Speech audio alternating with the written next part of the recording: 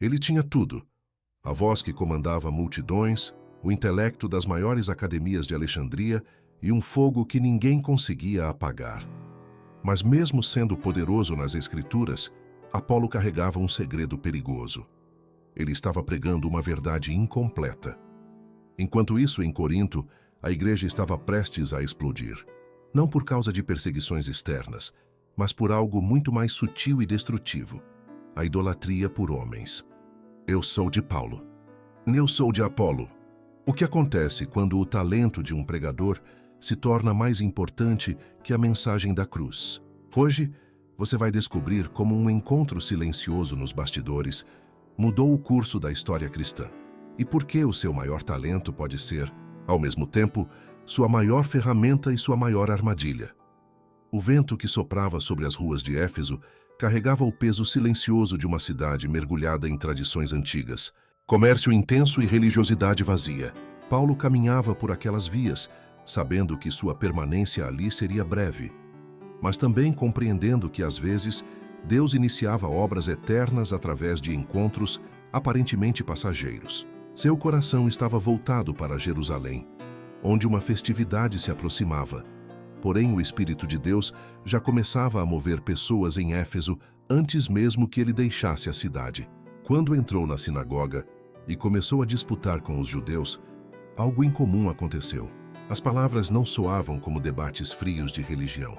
Havia vida nelas. Havia autoridade.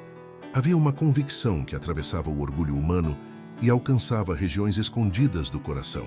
Muitos daqueles homens estavam acostumados a ouvir interpretações secas da lei, discussões intermináveis e discursos sem transformação. Mas Paulo falava como alguém que havia encontrado o Messias verdadeiro. Falava como quem carregava cicatrizes, perseguições e milagres na própria carne. E pela primeira vez em muito tempo, aqueles judeus sentiram esperança. Insistiram para que ele permanecesse mais tempo entre eles, desejando ouvir mais sobre Jesus. Porém, Paulo, olhando para além daquele momento, respondeu que precisava partir. Ainda assim, deixou uma promessa, ecoando entre eles como uma semente lançada em terra fértil. Querendo Deus, voltaria novamente. Conforme está escrito em Atos 18:21, e enquanto se afastava de Éfeso, não deixou a cidade vazia. Áquila e Priscila permaneceram ali, silenciosos servos de Deus, preparados para continuar a obra, que apenas começava a nascer entre aquelas pessoas sedentas pela verdade. Foi nesse mesmo período que outro homem chegou a Éfeso, sem imaginar que seu destino estava sendo conduzido pelas mãos invisíveis da providência divina. Seu nome era Apolo. Natural de Alexandria, cidade conhecida por sua cultura, filosofia e conhecimento, ele não era um homem comum. As Escrituras o descrevem como varão eloquente e poderoso nas Escrituras, segundo Atos 18:24. Sua voz possuía firmeza. Seu raciocínio era admirável. Sua capacidade de ensinar impressionava aqueles que o ouviam. Mas o que realmente o diferenciava não era sua inteligência, era o fogo que ardia dentro dele. Apolo tinha ouvido a mensagem de João Batista, havia recebido o batismo do arrependimento. Seu coração havia sido despertado para esperar o Messias prometido. E agora ele percorria as sinagogas, falando com fervor sobre o caminho do Senhor. No entanto, mesmo sendo sincero e fervoroso, ainda não possuía toda a luz do Evangelho. Conhecia apenas o batismo de João. Havia verdade em suas palavras, mas ainda existiam partes do plano da redenção que ele não compreendia plenamente. Mesmo assim, Deus não desprezou sua sinceridade incompleta. O Senhor viu naquele homem um instrumento poderoso que precisava apenas ser aperfeiçoado. Enquanto Apolo falava ousadamente na sinagoga de Éfeso, Áquila e Priscila o ouviam atentamente. Eles perceberam sua paixão, reconheceram sua honestidade e enxergaram também aquilo que ainda lhe faltava. Não o humilharam publicamente, não tentaram expô-lo diante dos outros. Com mansidão, o levaram consigo e lhe explicaram mais pontualmente o caminho de Deus, conforme relata Atos 18:26. E naquele encontro simples, longe dos grandes discursos públicos, Deus começou a transformar Apolo em um dos mais poderosos defensores da fé cristã. Quanto mais Apolo compreendia as Escrituras, mais ardente se tornava sua pregação. Agora nas profecias começavam a fazer sentido diante da cruz. As palavras dos profetas apontavam claramente para Jesus. O Messias prometido não era mais apenas uma esperança distante. Ele havia vindo, havia morrido, havia ressuscitado. E essa verdade incendiava a alma de Apolo de maneira irresistível. Seu desejo então voltou-se para Acaia, especialmente para Corinto, cidade marcada por conflitos, orgulho intelectual e profunda corrupção moral. Os irmãos de Éfeso escreveram aos discípulos dali, recomendando que o recebessem, reconhecendo nele um homem em plena harmonia com a Igreja de Cristo. Quando chegou a Corinto, Apolo não perdeu tempo. Entrou nas casas, falou nas reuniões públicas, debatia com intensidade nas sinagogas e com grande veemência convencia os judeus, mostrando pelas Escrituras que Jesus era o Cristo, como declara Atos 18:28. A semente plantada por Paulo agora estava sendo regada por outro servo de Deus, e o evangelho crescia. Pessoas eram alcançadas, corações eram quebrantados. Mas junto com o crescimento espiritual, surgiu também um perigo silencioso e destrutivo. Alguns começaram a comparar os homens usados por Deus. Uns exaltavam Paulo, outros exaltavam Apolo. O espírito de partidarismo começou a contaminar a igreja. Em vez de enxergar em Cristo acima de todos, começaram a transformar servos em bandeiras humanas. E aquilo que deveria unir os irmãos começou lentamente a criar divisões. O inimigo sabia exatamente o que fazia, porque sempre que uma igreja perde os olhos de Cristo e começa a colocar homens no centro, o orgulho entra silenciosamente pela porta que a admiração abriu. Paulo conhecia profundamente o perigo daquela situação, porque jamais havia tentado impressionar os coríntios com grandeza humana. Quando chegou a Corinto pela primeira vez, escolheu anunciar o evangelho em simplicidade. Ele mesmo mais tarde lhes lembraria: não foi com sublimidade de palavras ou de sabedoria que lhes anunciara o testemunho de Deus, conforme está escrito em 1 Coríntios 2:1. Paulo sabia que a fé baseada apenas em eloquência humana não sobreviveria às tempestades espirituais. Por isso pregou em demonstração de espírito e de poder, para que a fé deles não se apoiasse em sabedoria de homens, mas no poder de Deus. Como declara 1 Coríntios 2:4 e 5. Corinto era uma cidade fascinada pela aparência, pela retórica, pela filosofia e pela exaltação do intelecto. Muitos queriam discursos sofisticados, queriam debates brilhantes, queriam algo que alimentasse o orgulho da mente sem confrontar o pecado do coração. Mas Paulo não lhes ofereceu isso. Ele lhes apresentou Cristo crucificado. E a cruz sempre confronta o orgulho humano. A cruz destrói a ilusão da autossuficiência. A cruz revela que nenhum homem pode salvar a si mesmo. Por isso muitos rejeitam sua mensagem, porque diante do Calvário, todos os títulos humanos perdem valor. Toda filosofia se torna pequena. Toda vanglória se desfaz em silêncio. Paulo entendia que a igreja de Corinto ainda era espiritualmente imatura. Embora alguns se considerassem sábios, ainda eram crianças na fé. Seus corações estavam cheios de inveja, suspeitas e divisões. E essas coisas impediam a atuação plena do Espírito Santo entre eles. Eles podiam possuir conhecimento secular, mas ainda não haviam aprendido profundamente o caráter de Cristo.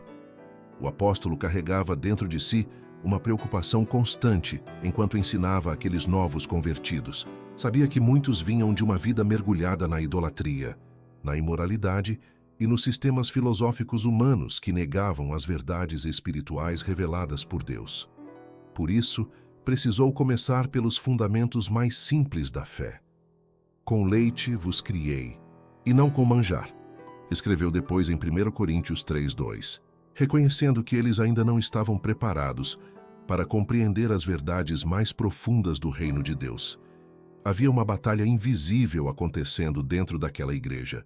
O evangelho estava tentando transformar homens carnais em homens espirituais, mas transformação verdadeira exige rendição. E muitos ainda resistiam em abandonar antigos hábitos, antigos pensamentos e antigos orgulhos. Paulo compreendia que o homem natural não compreende as coisas do Espírito de Deus, conforme afirma 1 Coríntios 2:14, porque elas são discernidas espiritualmente. Era como tentar explicar a luz para alguém que insiste em permanecer de olhos fechados. Mesmo assim, ele não desistiu deles. Continuou semeando pacientemente a verdade, sabendo que outros servos de Deus continuariam o trabalho depois dele. Alguns plantariam, outros regariam, mas somente Deus poderia dar o crescimento. E enquanto pregava em Corinto, Paulo escolhia cuidadosamente cada abordagem. Não começava condenando diretamente os pecados mais vergonhosos daqueles homens. Primeiro lhes mostrava Cristo. Primeiro lhes apresentava o amor de Deus. Primeiro buscava revelar a beleza da pureza, da santidade e da redenção.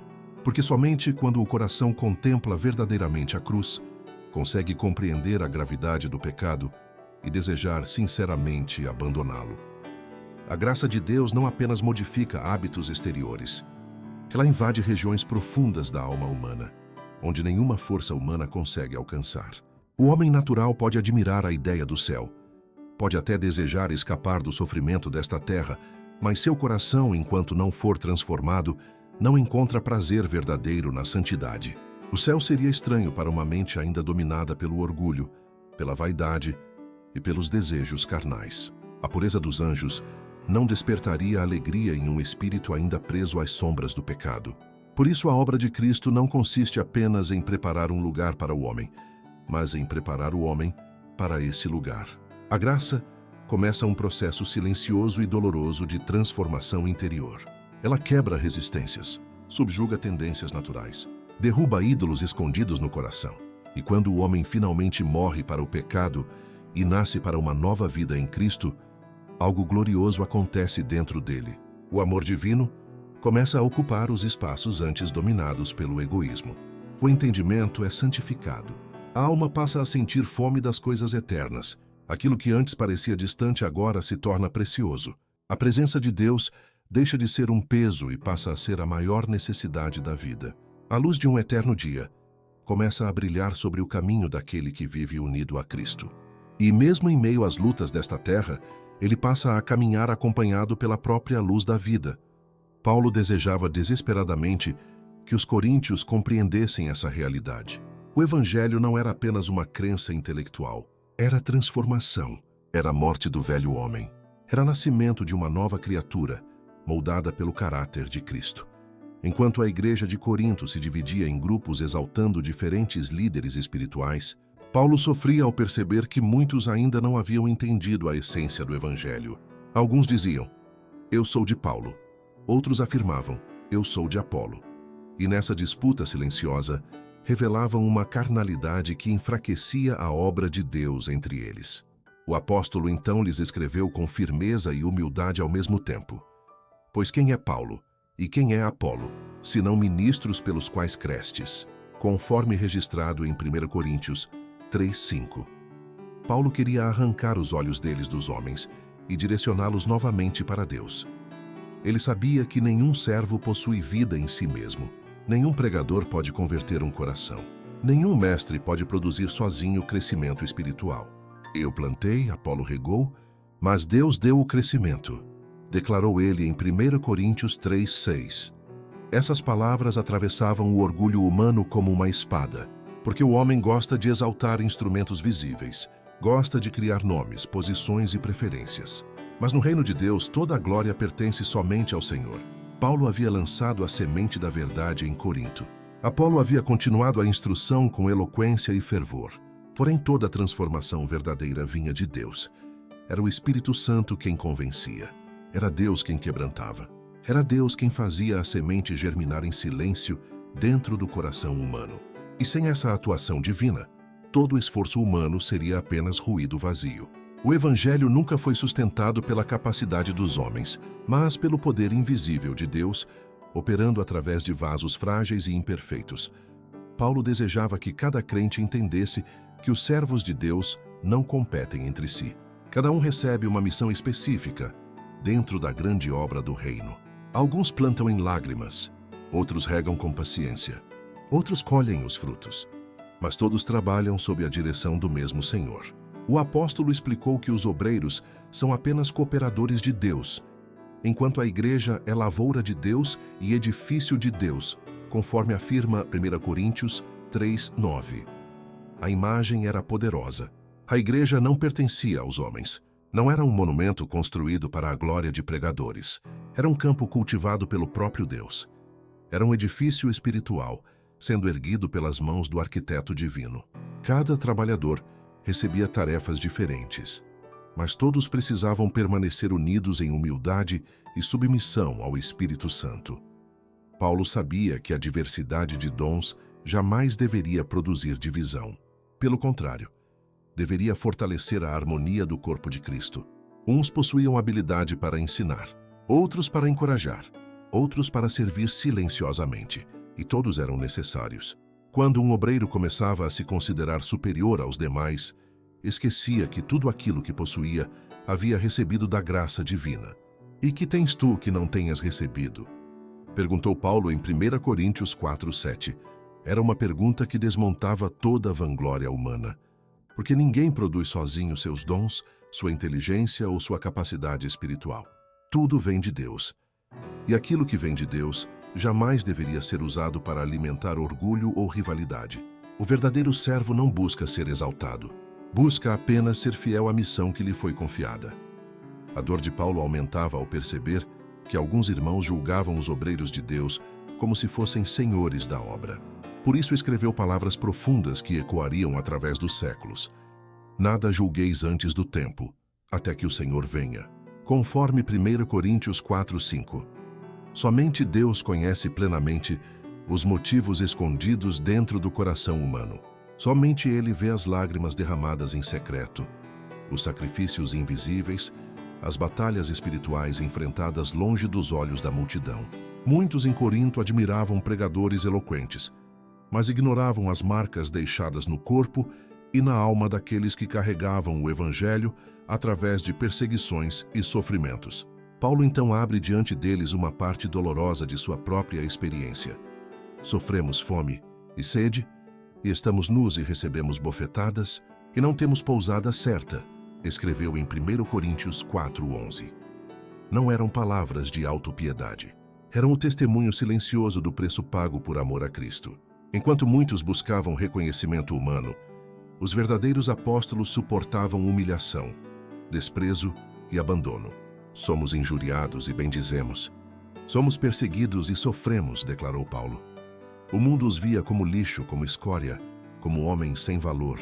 Mas o céu enxergava servos fiéis, sustentando a expansão do Evangelho com lágrimas e sangue.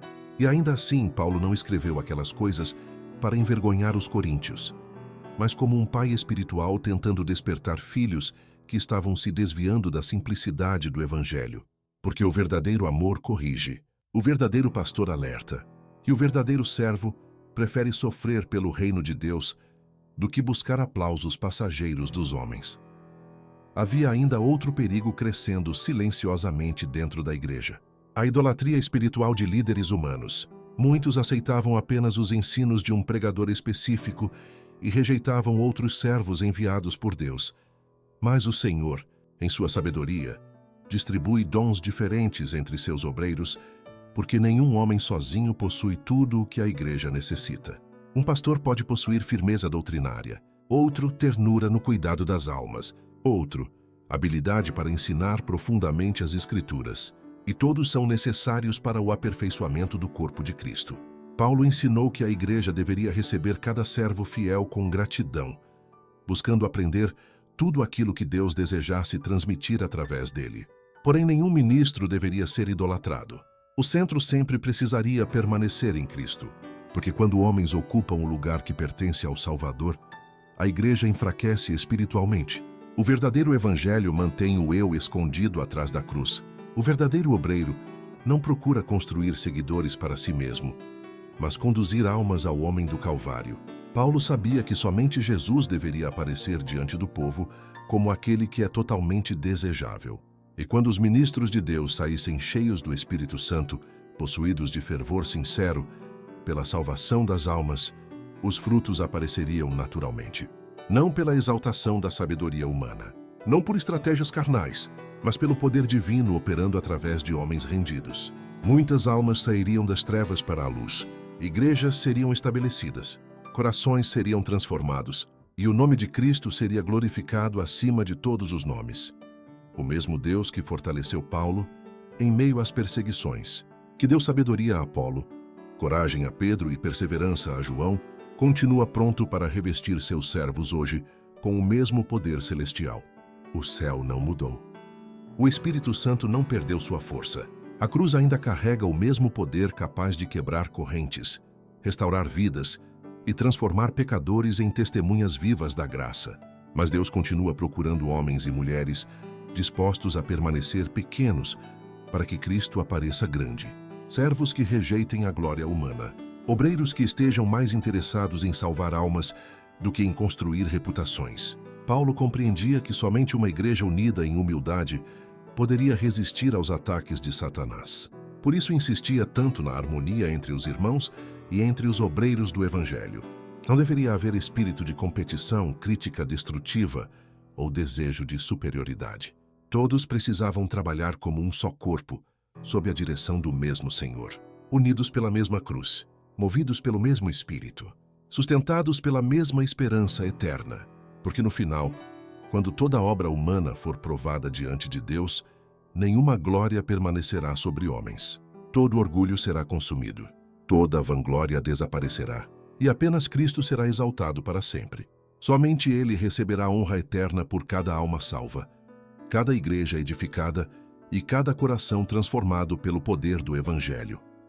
Nem todos os perigos que ameaçavam a igreja primitiva vinham de perseguições externas. Alguns surgiam silenciosamente dentro da própria comunidade dos crentes, escondidos atrás de discursos aparentemente espirituais. Havia pessoas que afirmavam crer em Cristo, mas rejeitavam qualquer orientação espiritual vinda dos servos escolhidos por Deus. Diziam não precisar de mestres humanos. Declaravam seguir apenas a Cristo, como se isso lhes desse liberdade para desprezar a organização da igreja e a experiência dos irmãos mais maduros na fé. À primeira vista, suas palavras podiam parecer humildes ou espirituais, mas por trás daquela independência existia um orgulho perigoso. Era o mesmo espírito que resiste à correção, rejeita conselho e confia excessivamente no próprio julgamento. Essas almas estavam em grave risco de engano, porque Deus jamais planejou que seus filhos caminhassem isolados, guiados apenas pelas próprias impressões e emoções. Desde o princípio, o Senhor colocou diferentes dons dentro da igreja para que uns ajudassem os outros, equilibrando fraquezas, corrigindo excessos e fortalecendo a unidade espiritual. O homem que se recusa a ouvir conselho torna-se vulnerável aos próprios sentimentos. Seus pensamentos começam lentamente a ocupar o lugar da vontade de Deus e, sem perceber, passa a chamar de direção divina aquilo que muitas vezes é apenas impulso humano. O inimigo conhece bem esse caminho. Ele sabe que uma pessoa isolada, cheia de autoconfiança e resistente à orientação espiritual, pode ser conduzida ao erro com muito mais facilidade do que alguém que permanece humilde diante de Deus e disposto a aprender com seus irmãos. Paulo compreendia profundamente esse perigo porque havia visto homens sinceros serem desviados pela confiança exagerada em si mesmos. Por isso ensinava que Deus distribuiu diferentes talentos dentro da igreja justamente para proteger seu povo da cegueira espiritual produzida pelo orgulho. Nenhum homem possui sozinho toda a sabedoria necessária para conduzir almas. Nenhum líder consegue discernir perfeitamente todas as situações, sem depender do auxílio de Deus e da comunhão com outros servos fiéis. Aqueles que insistem em agir apenas segundo seus próprios traços de caráter acabam se tornando incapazes de distinguir claramente entre o falso e o verdadeiro. A autoconfiança excessiva endurece a percepção espiritual. O coração deixa de ouvir, a humildade desaparece lentamente. E então, o homem começa a acreditar que sua própria opinião é suficiente para guiar não apenas a si mesmo, mas também outras almas. Paulo alertava que isso era extremamente perigoso, porque muitos que ainda precisavam de conselho a cada passo estavam tentando assumir responsabilidades espirituais sem ter aprendido a mansidão de Cristo. Faltava-lhes quebrantamento, faltava-lhes submissão ao Espírito Santo, faltava-lhes disposição para reconhecer as próprias limitações. E quando alguém tenta conduzir outros enquanto ainda é governado pelo orgulho e pela impulsividade, torna-se um instrumento fácil nas mãos do inimigo. Nem toda impressão interior vem de Deus. Nem todo sentimento intenso é direção divina. Muitas vezes, Satanás trabalha exatamente através das emoções humanas desgovernadas, persuadindo homens sinceros de que estão sendo conduzidos pelo céu, quando na verdade seguem apenas seus próprios desejos e inclinações naturais.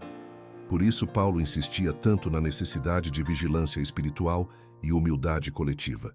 O salmista havia escrito: guiará os mansos retamente, e aos mansos ensinará o seu caminho, conforme declara Salmos 25:9.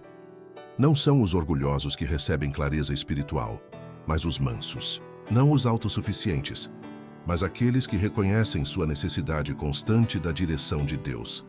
O Senhor guia corações ensináveis. Ensina os que estão dispostos a ouvir conselho, a examinar suas motivações e a caminhar em espírito de comunhão com os irmãos. A igreja primitiva precisava aprender essa lição porque um espírito de partidarismo começava novamente a crescer entre os crentes. Alguns recusavam reconhecer Paulo ou Apolo como instrumentos legítimos de Deus e escolhiam Pedro como seu único líder espiritual. Argumentavam que Pedro havia convivido pessoalmente com Jesus durante seu ministério terreno, enquanto Paulo, antes de sua conversão, havia perseguido cruelmente os seguidores de Cristo. Aqueles pensamentos revelavam um coração ainda preso ao preconceito e à exaltação humana. Faltava-lhes a brandura que nasce quando Cristo realmente habita no interior da alma. Em vez de enxergarem a graça transformadora de Deus operando em Paulo, preferiam alimentar divisões e comparações carnais. E mais uma vez, o inimigo tentava enfraquecer a igreja não através de perseguição aberta, mas através do orgulho espiritual escondido dentro do coração dos próprios crentes. O perigo daquela divisão preocupava profundamente o céu. Então Paulo, movido pelo Espírito Santo, escreveu palavras de intensa admoestação para tentar impedir que a igreja mergulhasse em um espírito destrutivo de exaltação humana. Está Cristo dividido? Perguntou ele em 1 Coríntios 1:13. A pergunta atravessava toda a lógica carnal. Como poderiam homens salvos pelo mesmo sangue transformar servos de Deus em bandeiras de separação? Foi Paulo crucificado por vós? Esse continuou o apóstolo. Ou fostes vós batizados em nome de Paulo? Naquele momento, Paulo arrancava dos olhos da igreja tudo aquilo que havia ocupado indevidamente o centro de sua fé. Nenhum homem morreu pelos pecados da humanidade. Nenhum pregador possui poder para redimir almas. Somente Cristo foi crucificado. Somente Cristo carrega as marcas da redenção. Somente Cristo merece devoção absoluta. Então, Paulo lhes faz um apelo emocionante. Ninguém se glorie nos homens, conforme registrado em 1 Coríntios 3:21. Porque quando o homem começa a glorificar líderes humanos acima da verdade divina, inevitavelmente surgem inveja, competição e divisão. Mas no reino de Deus, todos os servos pertencem à igreja como instrumentos da graça divina. Seja Paulo, seja Apolo, seja Cefas, tudo é vosso, e vós de Cristo e Cristo de Deus, escreveu ele. Essas palavras restauravam a verdadeira ordem espiritual. Os obreiros pertenciam à obra de Deus. A igreja pertencia a Cristo, e Cristo pertence eternamente ao Pai.